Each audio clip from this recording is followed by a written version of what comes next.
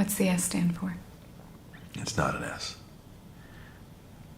On my world, it means Steroids.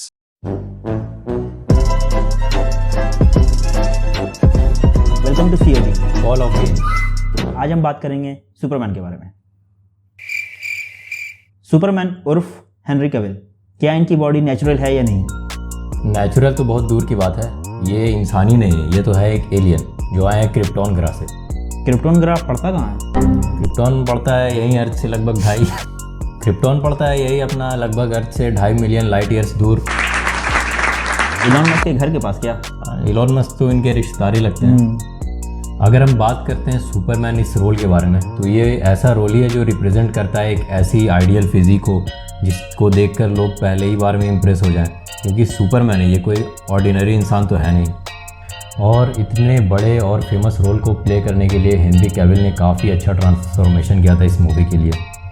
हाँ बिल्कुल, और कुछ सोर्सेस के मुताबिक इनकी मूवी में इनके स्टैट्स कुछ इस तरीके से थे कि ये ऑलमोस्ट 6 फीट 1 इंच के थे और इनका बॉडी वेट था around 190 pounds, almost 86 KGs. Man of steel इस मूवी में एक काफ़ी ज़्यादा फेमस सीन है जिसमें हेनरी कैविल की फिजिक काफ़ी ज़्यादा प्रोमिनेंट दिखती है।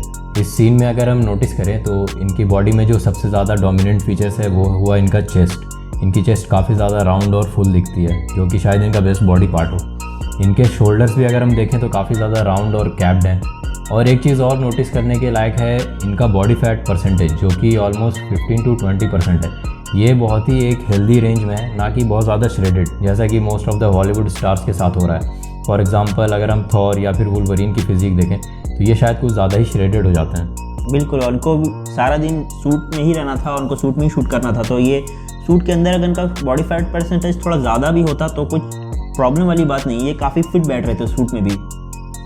लेकिन इतनी ज़्यादा बड़ी मूवी मैन ऑफ स्टील, जिसमें प्रोड्यूसर का काफ़ी ज़्यादा पैसा लगा हुआ होगा, तो हम ये डाउट कर सकते हैं कि इतने ज़्यादा प्रोडक्शन वैल्यू के बाद क्या एक्टर्स को भी कुछ इन्हांसमेंट या फिर गियर दिया गया होगा ताकि उनकी फिजिक वैसे डेवलप हो पाए जो लोगों को अट्रैक्ट कर सके और इम्प्रेस कर सके। लेकिन इसके लिए लोग डाउट करना स्टार्ट कर सकते हैं कि क्या इनकी फिजिक और ट्रांसफॉर्मेशन नेचुरल है भी या नहीं। लेकिन इसको जानने के लिए हमें चलना पड़ेगा बैक इन टाइम।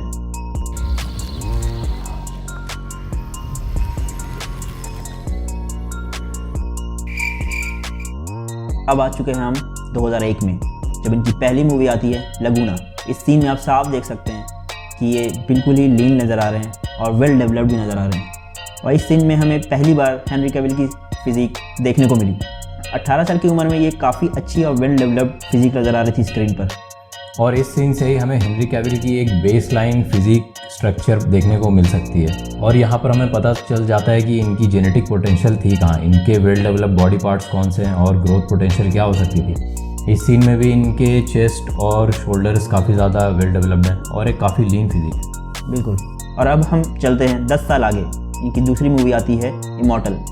इसमें आप साफ देख सकते हैं इनकी फिजिक को कि ये पहले से काफ़ी ज़्यादा डेवलप हो चुकी है और काफ़ी अच्छा स्ट्रक्चर बन चुका है इनकी बॉडी का।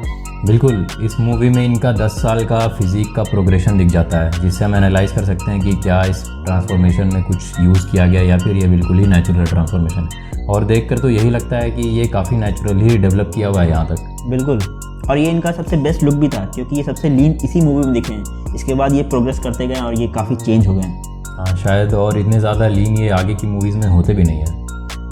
और अब हम चलते हैं 2 साल आगे। 2013 में इनकी अब तक की सबसे popular film man of steel ये रिलीज़ होती है। और इतने बड़े रोल को प्ले करने के लिए लोग कुछ ना कुछ डाउट तो करने ही लगते हैं कि इस फिजिक को अटेंड करने के लिए क्या कुछ इन्हांसमेंट या फिर गियर का यूज़ किया गया है या नहीं। लेकिन इनकी फिजिक अगर हम एनालाइज करते हैं तो ये भी काफ़ी ज़्यादा नेचुरली प्रोग्रेशन है। शायद इन्होंने 2011 से अब तक कुछ साइज़ तो ऐड किया होगा, लेकिन ये सारा साइज़ ज़्यादातर वाटर वेट और फैट ही लग रहा है। और कुछ मसल भी ऑब्वियसली पुट किया गया है, ऐसा नहीं है कि बिल्कुल उनका वो आइकॉनिक सीन जो वो सुपरमैन का काफ़ी फेमस सीन हुआ अभी, उसके ऊपर भी काफ़ी लोगों ने रिव्यूज़ किए हैं कि वो शायद वो गियर्स पे थे या नहीं।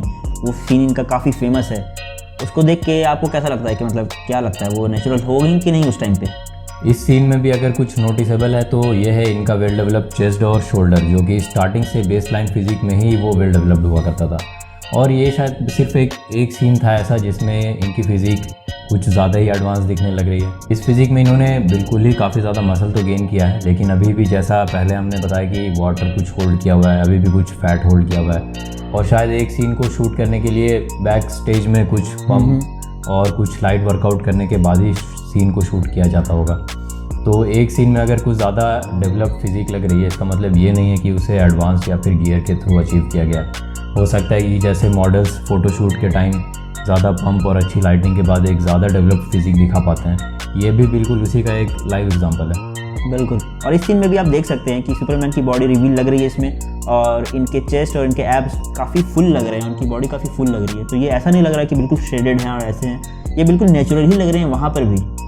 बिल्कुल। और अगर आपको लगता है कि ये नेचुरली अचीवेबल नहीं है तो फिर आप शायद जिम में खुद उतना ज़्यादा मेहनत नहीं कर रहे हैं, अगर आपको इस फिज़िक को देखकर भी डाउट हो रहा है कि ये गियर के थ्रू ही अचीव किया हुआ है। बिल्कुल। और इनकी आगे के कुछ मूवीज़ जैसे कि Justice League, Batman versus Superman, इन दोनों मूवीज़ में भी अगर इनकी फ़िज़िक को हम देखते हैं तो कुछ वैसा तो ख़ास चेंज था नहीं। बिल्कुल, कोई ड्रास्टिक चेंज नहीं था। और इसके बाद ये दिखते हैं एक सीरीज़ में जिसका नाम था द विचर, और उसमें एक सीन सबसे ज़्यादा इनका फेमस होता है, वो जो जिसमें इनके डेल्स काफ़ी बड़े नज़र आ रहे हैं। तो वो स्पेसिफिक सीन को लेके लोग बोलते हैं कि ये काफ़ी गेयर्स पे थे, बट ये बिहाइंड द सीन्स अगर आप विचर के देखेंगे तो इसमें आप काफ़ी उनको देख सकते हैं कि लीन है और काफ़ी नॉर्मल इंसान की तरह ही लग रहा है, ऐसा कुछ एक्स्ट्राऑर्डिनरी नहीं लग रहा है। तो मुझे जहाँ तक ऐसा लगता है कि वो किसी स्पेसिफिक पोज के लिए या फिर कोई लाइट्स होगी वैसी, तब वो वैसे दिख रहे होंगे। बाकी ऐसा कुछ नहीं है कि वो बिल्कुल अलग ही लग रहे हैं, वो जो कभी दिखे ही नहीं हो। लेकिन ऐसा हम ये नहीं कह रहे हैं कि इनकी फ़िज़िक इंप्रेसिव नहीं थी, इनकी फ़िज़िक ऑब्वियसली इंप्रेसिव है, और 90% ऑफ द पॉपुलेशन जो कि जिम जा रहे हैं उससे ज़्यादा डेवलप्ड है, क्योंकि इन्होंने शायद एक काफ़ी ज़्यादा डेडिकेशन के साथ एक हार्ड वर्कआउट प्लान, डाइट और सप्लीमेंटेशन को फॉलो करके ही इसे अचीव किया होगा। बिल्कुल। तो ये कहना मुझे भी कहीं से जस्टिफाइड नहीं लगता है कि सिर्फ एक सेकंड के रोल को देख के आप उनको बिल्कुल गियर पे डाल दीजिए।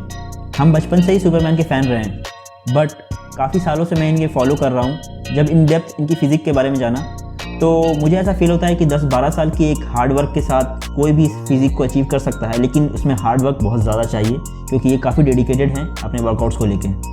और हेनरी कैविल के आपको खुद काफ़ी इंटरव्यूज़ भी मिल जाएंगे या आर्टिकल्स भी काफ़ी पब्लिश हुए हैं जिसमें ये बिल्कुल ओपनली कहते हैं कि स्टेरॉइड यूज़ के बिल्कुल अगेंस्ट हैं, और अपने रोल्स जो कि सुपरमैन के लिए काफ़ी ज़्यादा फेमस हैं, ये सुपरमैन के रोल को रियल लाइफ में भी फॉलो करते हैं। सुपरमैन जो कि रिप्रेजेंट करता है आइडियल्स, प्रिंसिपल और मोरल्स को, तो ये कहते हैं कि अगर सुपरमैन के रोल के लिए स्टेरॉइड या शॉर्टकट्स को यूज़ करने लगे तो फिर इस रोल को प्ले करने से इनको कोई फ़ायदा हुआ नहीं। फिर काहे का सुपरमैन, फिर किस बात का सुपरमैन। और इनके काफ़ी जिम के वर्कआउट्स वीडियोस भी हैं जो कि यूट्यूब और इंटरनेट पे काफ़ी वायरल हैं। तो इसमें भी आप साफ देख सकते हैं कि ये कोई स्पेसिफिक या किसी CGI को यूज़ नहीं किया गया है, ना ही किसी अच्छी लाइटनिंग को यूज़ किया है। एक नॉर्मल डिसेंट फिजिक नज़र आ रही है इसमें भी, और ये अचीवेबल लग रही है। ऐसा कुछ नहीं लग रहा है कि इन्होंने कुछ अलग से गेयर या इनकी नसें बाहर आ रही, कुछ भी फेक नज़र नहीं आ रहा है इसमें।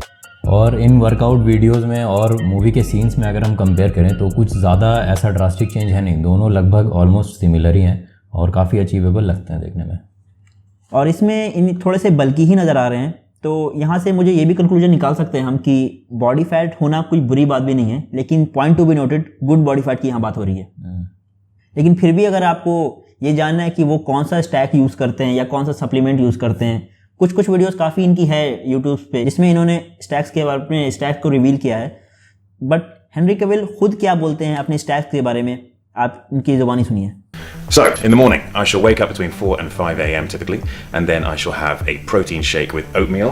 The protein I use is Muscletex 100% grass-fed whey protein. After that, I shall have some pre-workout, and I will use Muscletex Shatter Pre-Workout Elite. This stuff is fantastic. I will then make myself an amino build elite from Muscletech also, just to make sure that I am maximizing the potential of my workout. एक काफ़ी famous supplement का brand है मसलटेक, शायद sources के according Henry Cavill का इस company में कुछ शेयर भी है। तो नेचुरल सप्लीमेंटेशन ऑब्वियसली ये यूज़ कर रहे हैं या फिर यूज़ कर रहे हैं उस कंपनी की स्पॉन्सरशिप या शेयर होने के बाद, ये तो हम नहीं जानते, लेकिन जो भी है नेचुरल ही है। तो ये थी हमारी कंक्लूज़न हेनरी कैविल की फिज़िक को लेके। ये गिने चुने उन हॉलीवुड के स्टार्स में हैं जो नेचुरल हैं। तो ये थी detail video one of the natural Hollywood actor Henry Cavill के बारे में। यहाँ से ये भी समझ में आता है कि जब सुपरमैन नेचुरल कर सकते हैं तो आप क्यों नहीं। तो ये थी हमारी आज की वीडियो। और भी काफ़ी ज़्यादा इंटरेस्टिंग टॉपिक्स हमारे चैनल पर हैं, उन वीडियोस को भी ज़रूर चेकआउट करें और बने रहें कॉल ऑफ गेम्स के साथ। और भी इंटरेस्टिंग वीडियो के साथ हम वापस आने वाले हैं। तब तक के लिए keep lifting and stay pumped.